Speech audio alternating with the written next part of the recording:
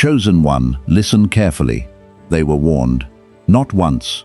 Not in some vague, roundabout way that leaves room for excuses.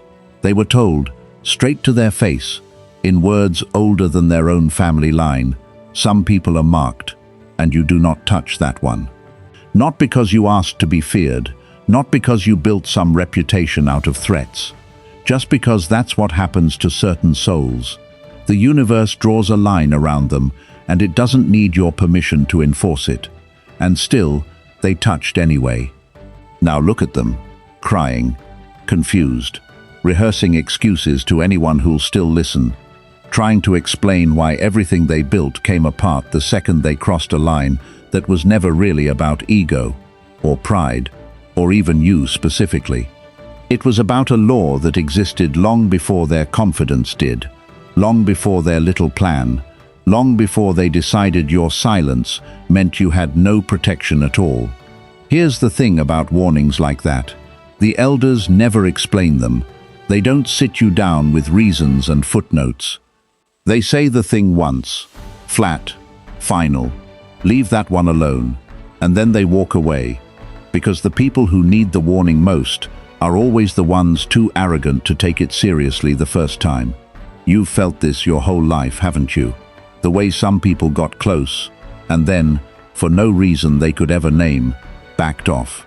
The way certain rooms went quiet the second your name came up, like everyone in there had inherited the same old rule from someone they trusted. The way you never had to ask for space, and space just appeared around you, like it had been reserved. And the ones who never got the memo, the ones who laughed it off as superstition, as old people talk, as nothing, they're the ones sitting in the wreckage right now, wondering exactly what they woke up. Before we go further, if this is already landing somewhere true, drop a 77 in the comments so I know the marked ones are watching tonight. And if you want this message to keep finding the people who actually need it, hit like and subscribe. Think of it as feeding the signal back to wherever it came from. Now let's get into exactly what happens when someone ignores a warning that was never meant to be ignored. Number 1. The warning nobody bothers to explain. They heard it before they ever met you. Somewhere, someone older, someone who'd been around long enough to know things, looked them dead in the eye and said, "Don't go near that one." And when they asked why, they didn't get details. They got silence, or a shrug, or a look that said some things you just don't question. That's how real warnings work. They don't come with footnotes. Nobody hands you an instruction manual for the dangerous stuff. Nobody explains exactly why a live wire will hurt you. They just say, "Don't touch it," and if you're smart, that's enough. But some people need proof. They need a reason spelled out before they'll respect a boundary. They convince themselves that a warning without an explanation is a warning they're allowed to ignore. That was their first mistake, and it happened before anything else went wrong. Here's the thing about elders, real ones, not just people who are old, but people who've watched enough patterns repeat to recognize one on sight. They don't waste breath convincing you. They say the thing once and they move on, because they already know how this ends for the ones who don't listen. They've seen it before, in a different generation, a different name, a different room, but the shape of the story never changes. Someone gets marked, someone gets warned to leave them be, and someone always thinks they're the exception. You were never asking anyone to protect you like this. You didn't lobby for it. You didn't perform some ritual to earn a line drawn around your name. It just happened, the way certain things happen without asking your permission first, like weather, like gravity, like the fact that fire burns whether or not you believe in it. And isn't it strange when you think back, how certain people who had every reason to come at you, just didn't. How arguments that should have escalated somehow fizzled out before they got ugly. How conflicts that would have wrecked anyone else quietly dissolved around you, like something was steering the outcome before it got close. You probably called it luck. It wasn't luck. It was the warning, doing its job. keeping most people at a distance without you ever having to say a word. But warnings only work on people willing to listen. And the one crying now, the one replaying the moment they crossed you on a loop, wasn't built to listen. They were built to test limits, to push past the sign that says "do not enter," because somewhere in their mind, rules were for other people. Warnings were for other people. Consequences were for other people. They found out the hard way that they were wrong about all three. Why do you think some people just know not to mess with certain individuals while others walk straight into it like the sign wasn't even there? It's not intelligence. Plenty of smart people ignore warnings. It's arrogance, mixed with a refusal to believe anything exists bigger than their own confidence. They didn't think the warning was real because they'd never personally watched the consequence land. Well, now they have a front row seat. The elders who said "don't touch that one" weren't being dramatic. They were reading something in you that most people can sense, but very few can name. A kind of protection that doesn't come from status or money or connections, but from something older than all of that. Call it a marking, call it a designation, call it whatever language your own family used growing up. The name doesn't matter. What matters is that it's real, and it just proved itself real in front of everyone who doubted it.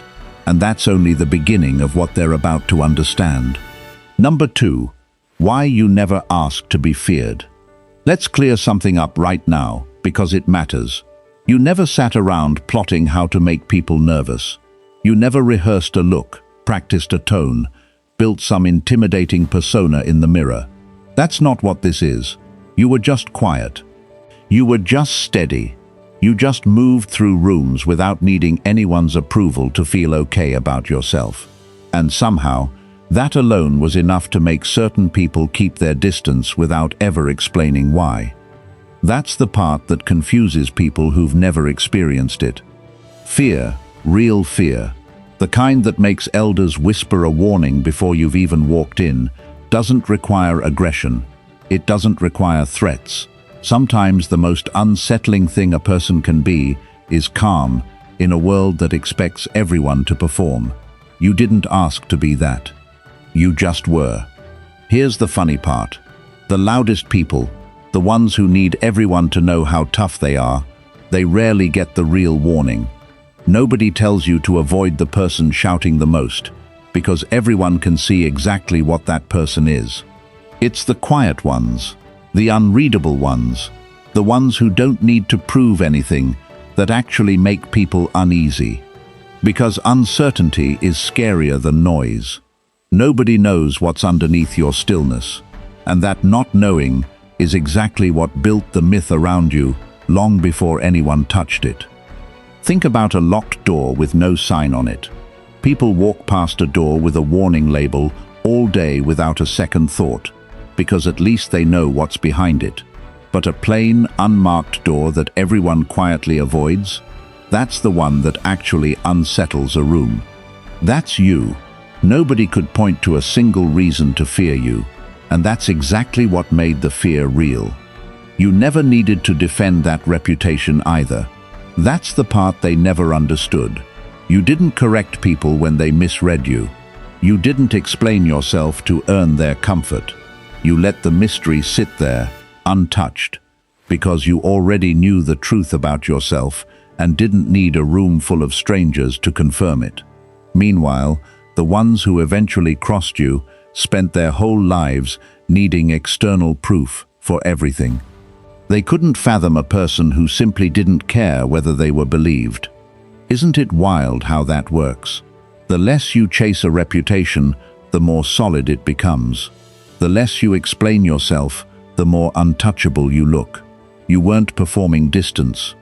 You were just being exactly who you are, and the world built a legend around it, because nobody else moves like that without trying.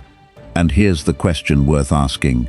If you never lifted a finger to be feared, and the fear existed anyway, where do you think it actually came from? It didn't come from you. It came from something bigger, watching, deciding you were worth protecting, long before you needed the protection to matter. The elders felt that.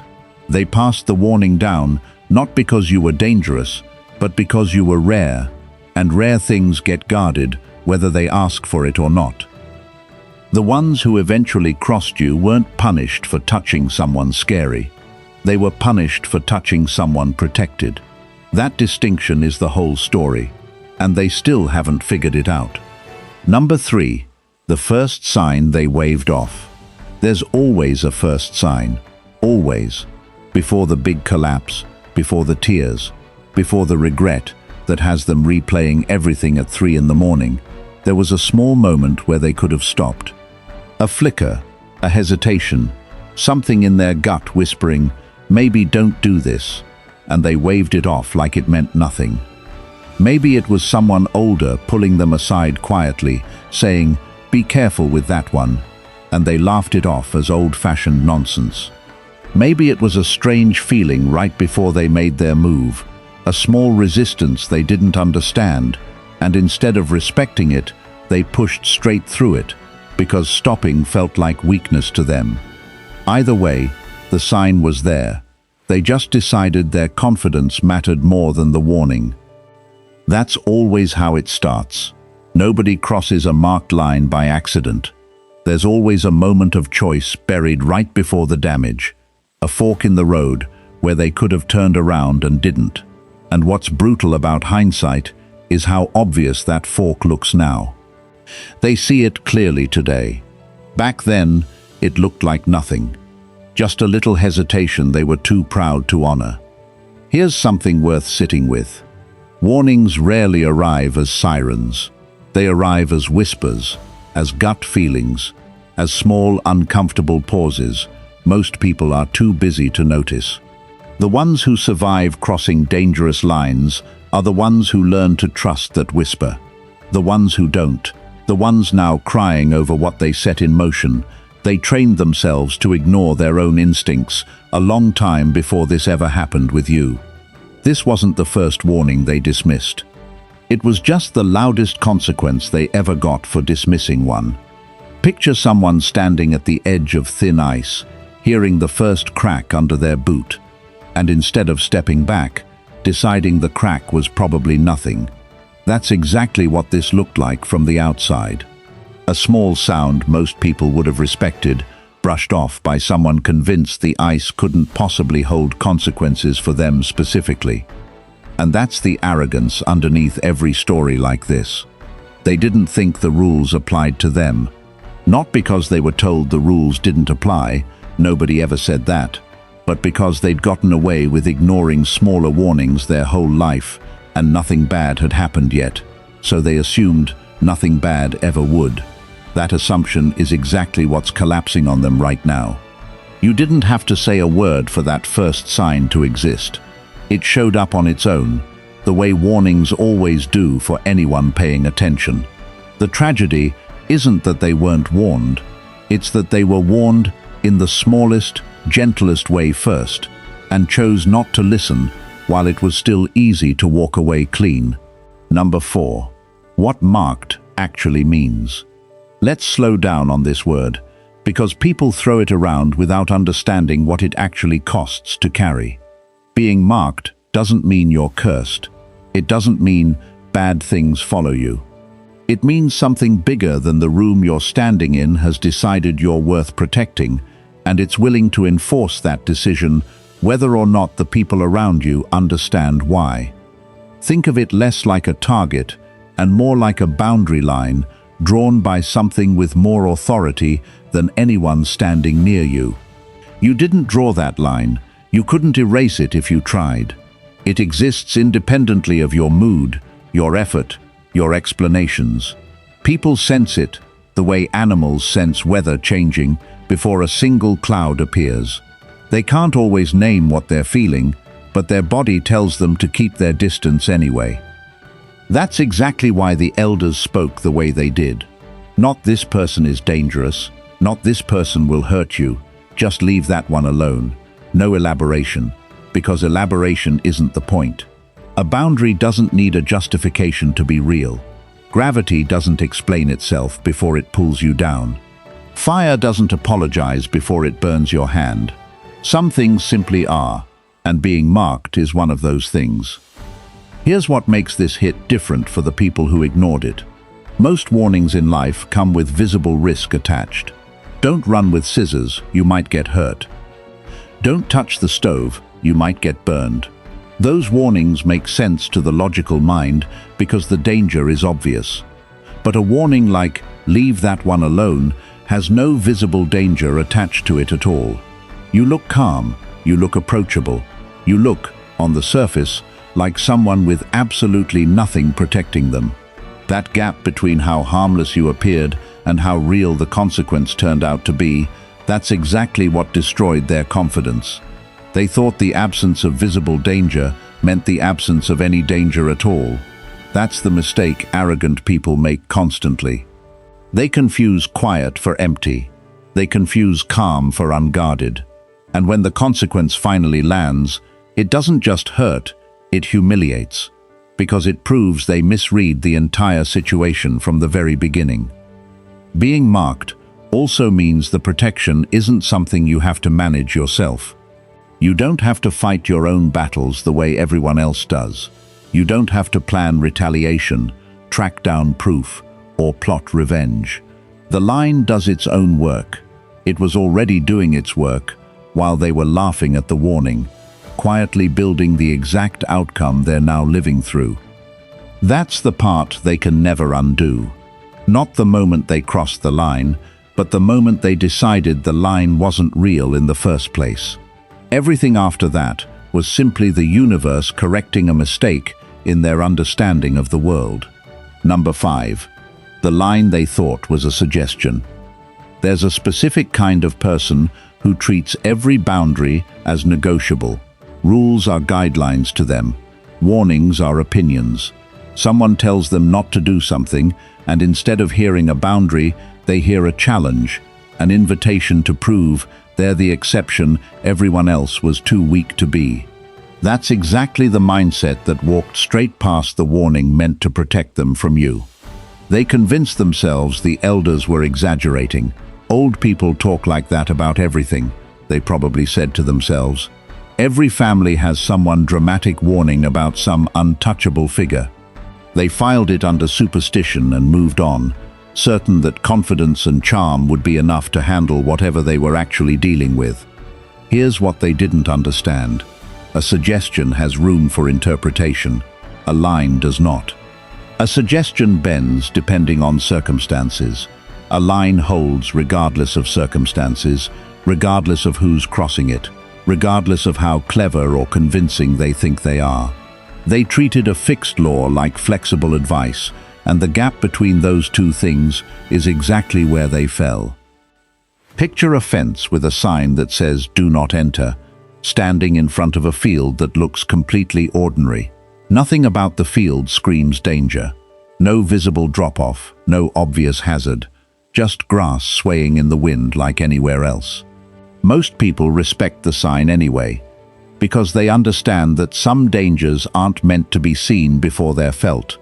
But someone convinced they're smarter than every warning ever posted decides the sign must be outdated, or overly cautious, or simply wrong. So they climb the fence anyway. That's them. That's exactly them. And what makes it worse is they probably felt proud in the moment, like they were finally proving something, calling out an old superstition, showing everyone watching that fear was for smaller people.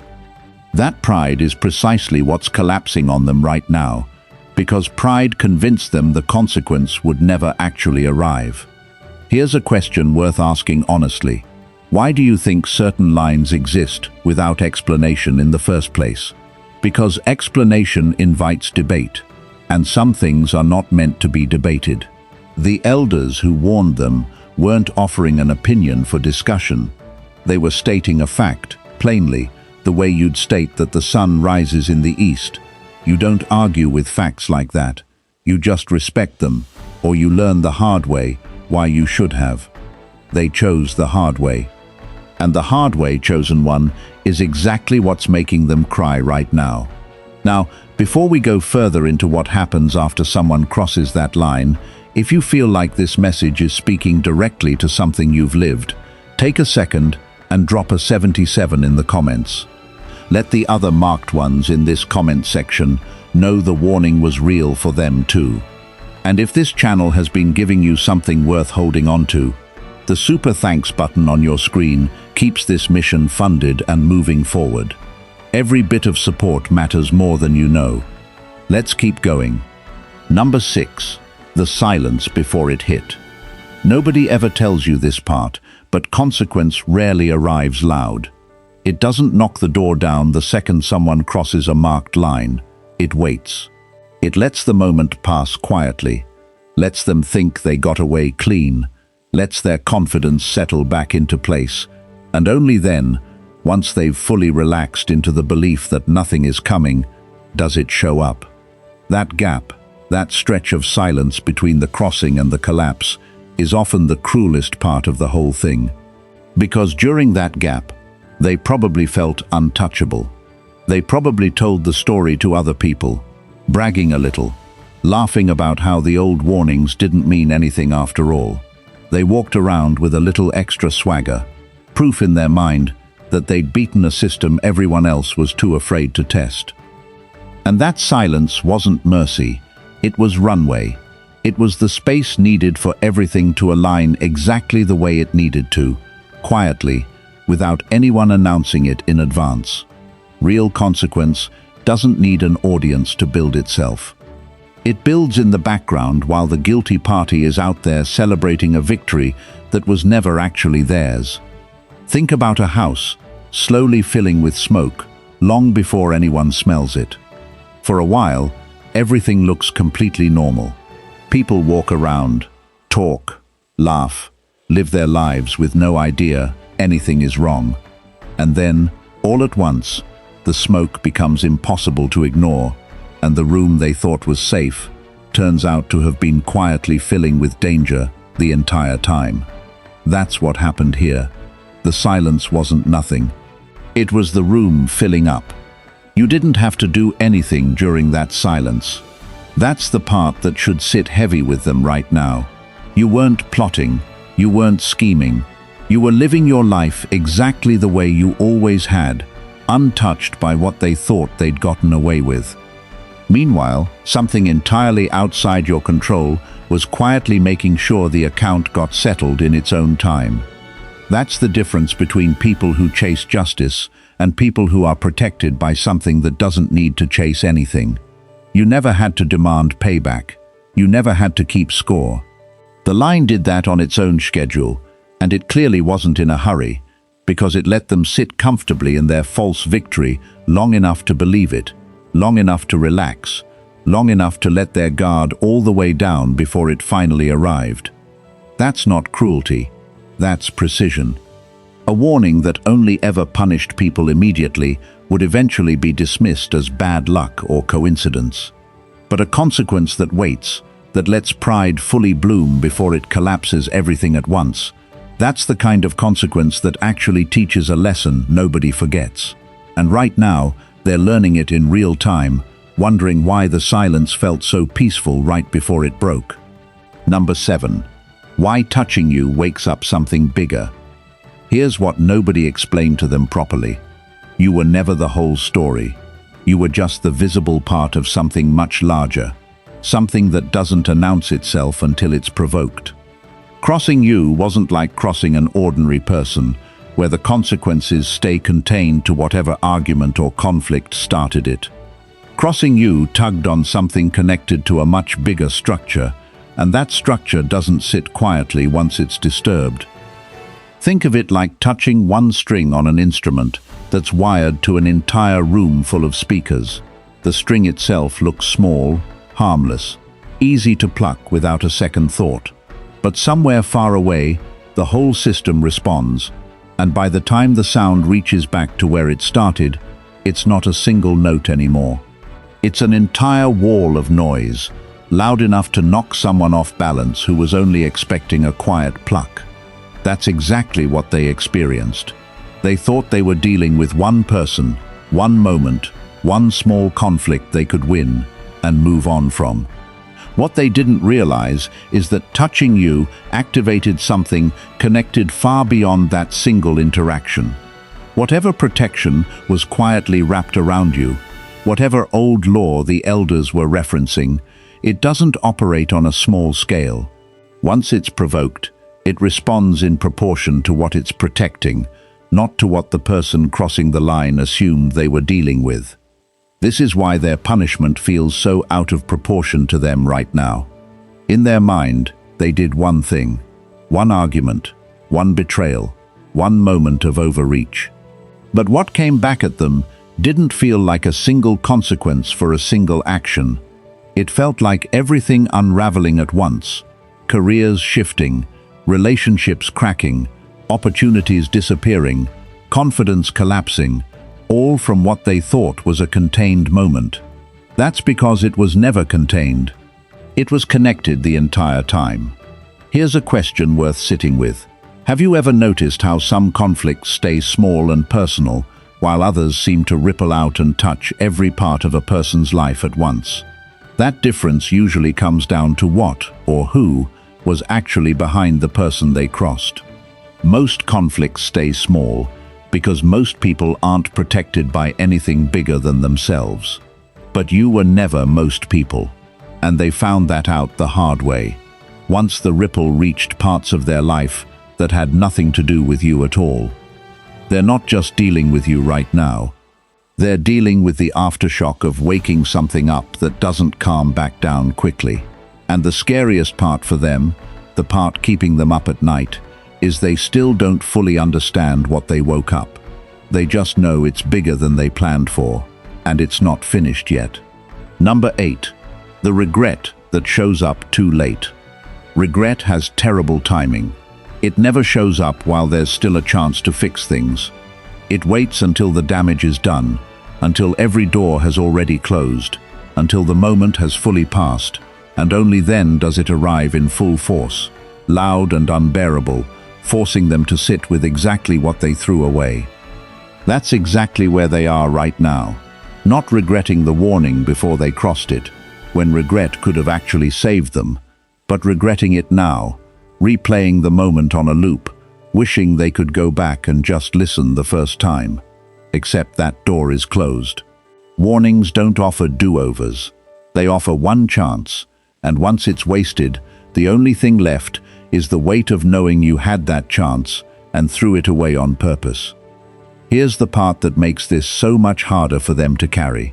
This isn't regret over something that happened to them. This is regret over something they chose, with their own hands, against advice that was given to them clearly, by people who had no reason to lie about it. That kind of regret cuts differently than bad luck ever could. Bad luck you can blame on circumstances. This they can only blame on themselves, and deep down, they know it. Picture someone standing outside a house that's already burned down, holding the exact warning they were given about a candle left too close to the curtains, reading it over and over, wishing they could rewind time back to the moment they decided it didn't matter. That's them right now. Standing in front of the wreckage, holding proof they were warned, unable to do a single thing to change what already happened. And here's what makes it worse. Regret like this doesn't fade quickly, because it's not just about you. It's about everything they lost, proving a point that never needed to be proven. Relationships that cooled off the moment things started unraveling. Opportunities that quietly disappeared once their reputation took the hit. Respect they used to walk around with. Gone, replaced by people who now watch them carefully, wondering what exactly they got themselves into. You didn't have to remind them of any of this. You didn't have to say "I told you so," because you never told them anything in the first place. The warning wasn't yours to give. It belonged to the elders, to the line itself, to whatever force decided you were worth protecting long before this moment ever happened. All you had to do was exist, unaffected, while they carried the full weight of a decision nobody forced them to make. That's the loneliest kind of regret there is. The kind where there's no one else to blame, and no version of the story where it ends any differently. Number 9. Sorry doesn't erase a crossed line. At some point, they probably tried apologizing, maybe to you directly, maybe to people around you, maybe just quietly to themselves, hoping saying sorry enough times might undo what already happened. Here's the truth they're learning, slowly and painfully. An apology can repair a relationship. It cannot uncross a line that was never really about relationship in the first place. Some things operate on rules, not feelings. A boundary marked by something bigger than personal opinion doesn't respond to remorse the way a hurt friend might. You can't negotiate your way out of a consequence set in motion by crossing a protected line, the same way you can't apologize your way out of gravity after stepping off a ledge. The apology might be sincere, it might even be appreciated somewhere, quietly, by someone, but it doesn't reverse what already happened. This is exactly why their apology feels so hollow to everyone watching, including themselves. Not because it isn't heartfelt, but because everyone can sense it's coming from fear of consequence rather than genuine understanding of what they actually did. Most people don't apologize for crossing a marked line until the consequences make it impossible to ignore. That timing tells its own story, and people around them can read it clearly, even if nobody says it out loud.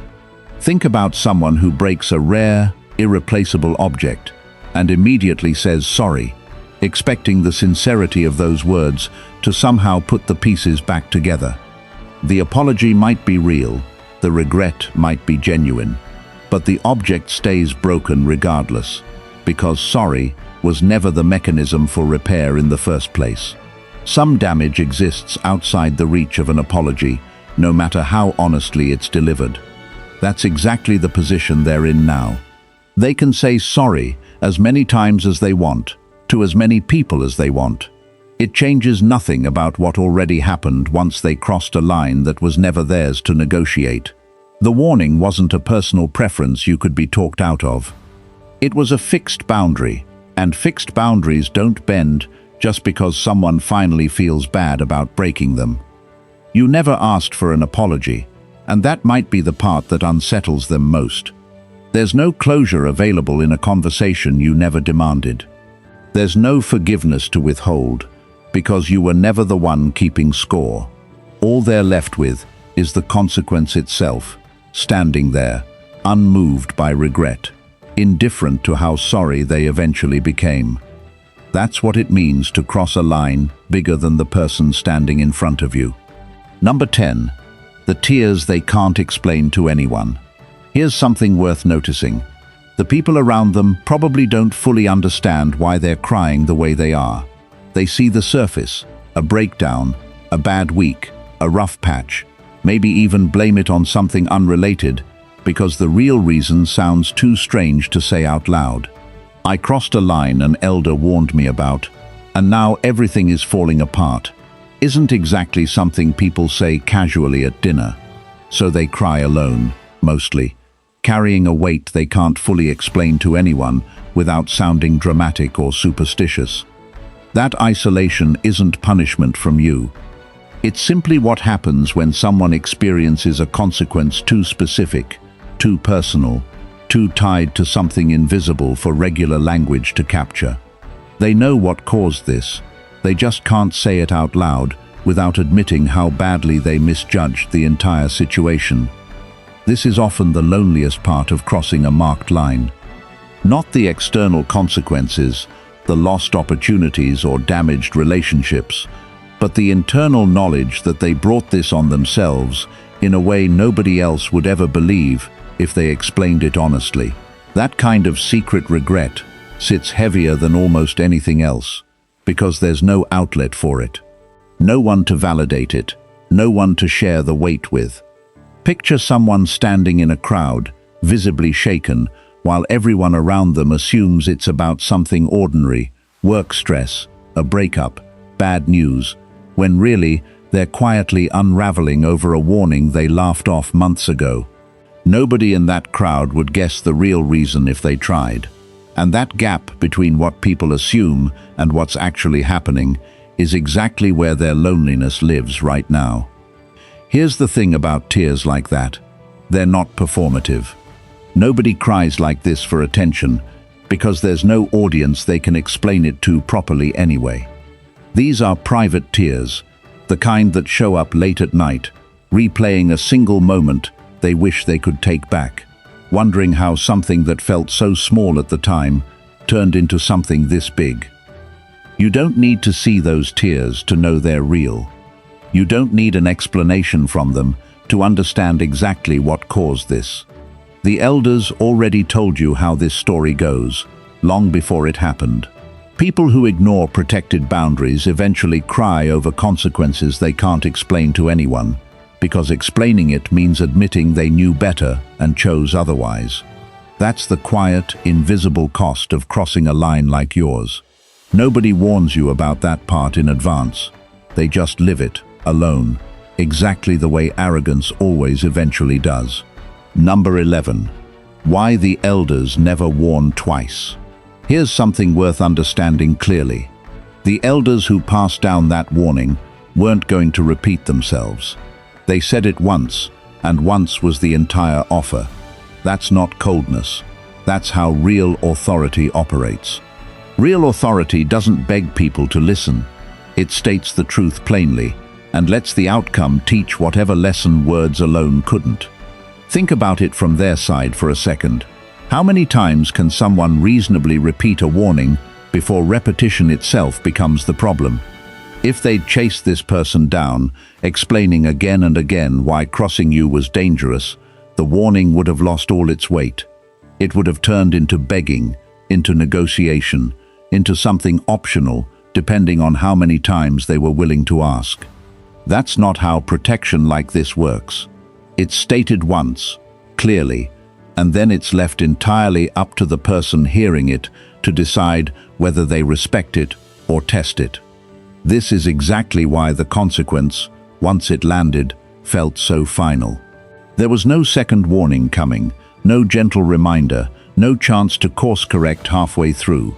The elders said their piece, the line was drawn, and everything after that moment was simply the natural result of a choice made with full information already in hand. Nobody tricked them into this outcome. Nobody hid the risk. They were told plainly, and they decided the warning didn't apply to them.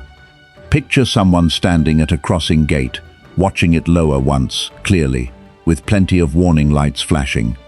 If they choose to drive around it anyway, nobody comes back to lower it a second time just because the first attempt didn't work. The system already did its job. What happens after that point is entirely on the person who decided the warning wasn't serious enough to respect. That's exactly the position they put themselves in. And it's worth noticing how differently they might be feeling right now if they'd simply respected the first and only warning they were given. There would be no tears, no regret, no wreckage to explain to anyone. Just a quiet, uneventful life where they never had to find out what happens when a protected line actually gets crossed. Instead, they're living proof of something everyone around them will remember for a long time. The warning was real. The elders weren't exaggerating. And once is genuinely all the chance certain lines are ever going to give anyone, no matter how confident they were walking into it. Number 12. The weight of carrying what they did. There's a particular kind of heaviness that comes from knowing you did this to yourself. Not bad luck, not circumstance, not someone else's cruelty, just a choice you made with your own hands, against advice you were freely given, that you now have to live with every single day. That weight doesn't come from outside pressure. It comes from inside, and it's exhausting in a way external punishment never quite reaches. They carry it quietly, mostly because explaining it out loud means admitting exactly how avoidable this whole situation was. It's one thing to suffer a consequence you couldn't have predicted. It's an entirely different weight to suffer one you were specifically told to avoid, in plain language, by people who had nothing to gain from lying to you about it. That second kind of weight doesn't get lighter with time the way ordinary bad luck does. It sits there, a permanent reminder of a decision they can't undo. Watch how differently they move through rooms now compared to before. There's a heaviness in how they carry themselves, a caution that wasn't there when they were confidently crossing lines they didn't respect. That's not just stress. That's the physical toll of carrying a regret they know they created entirely on their own, with no one else to share the responsibility with. Here's the part worth sitting with honestly. This weight isn't something you have to enforce or remind them about. It's self-sustaining. Every time something goes slightly wrong in their life now, every setback, every awkward silence, every closed door, some part of them wonders if it's connected to the line they crossed. Whether it actually is or not, almost doesn't matter anymore, because the doubt itself has become its own quiet punishment, following them into decisions that have nothing to do with you at all. Picture someone carrying a stone in their pocket every single day, not because anyone forces them to, but because they can't seem to put it down. That's what this regret looks like from the outside. Heavy, constant, self-imposed, and completely invisible to everyone around them who has no idea why they seem different lately. You don't have to do anything more for that weight to keep existing. It sustains itself, quietly, the same way the warning quietly protected you long before this ever happened. Some consequences don't need reinforcement. They just need time. And time is exactly what's letting this one settle deeper every single day. Number 13. What the old ones knew before you did. Here's something worth appreciating about the elders in your life.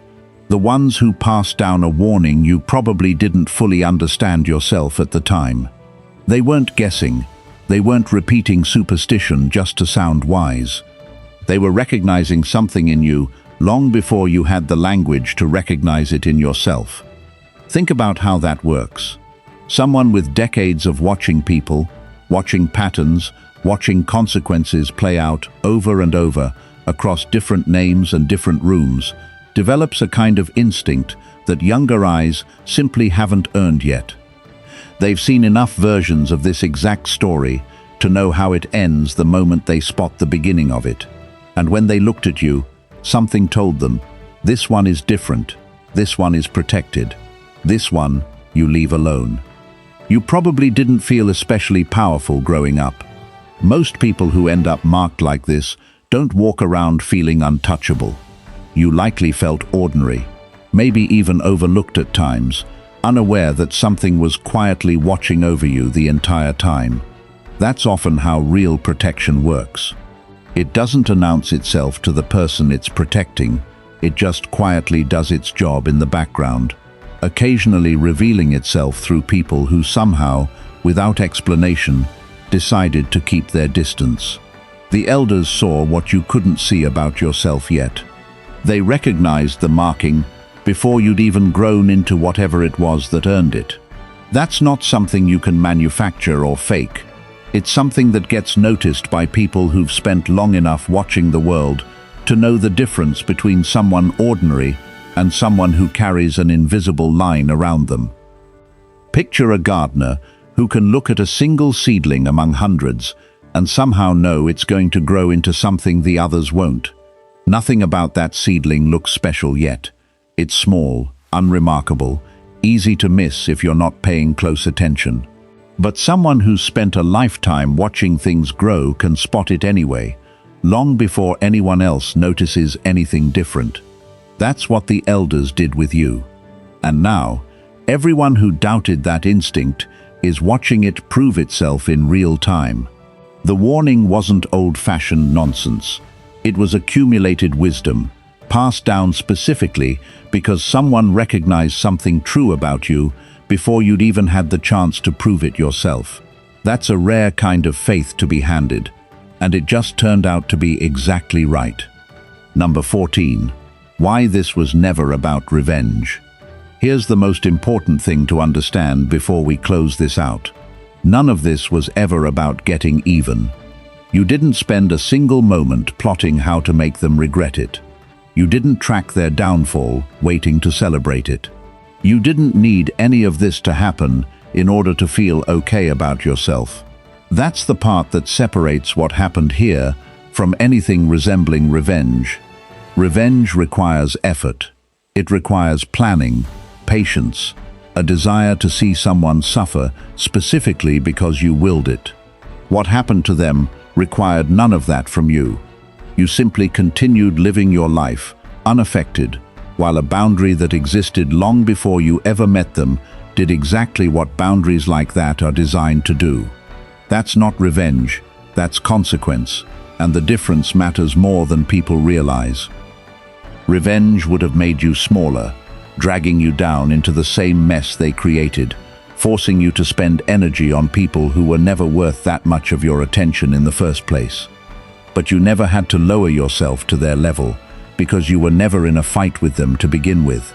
They were in a fight with a line, and lines don't need your help to hold their ground. Think about how differently this story would read if you'd spent your energy scheming instead of simply living. It would look petty. It would look small. It would look exactly like something they could point to and say, "See, they wanted this the whole time." Instead, what people are witnessing is something much harder to argue with, a consequence that arrived entirely on its own, with you standing untouched and unbothered the whole way through. That's what makes this so unshakable for them. They can't accuse you of orchestrating their downfall because you didn't. They can't claim you provoked this because you never had to. All they can do is sit with the plain, uncomfortable truth that they brought this entirely on themselves, against a warning that existed long before either of you were part of each other's story. You were never trying to win anything. You were just living, marked, protected, exactly as you always were.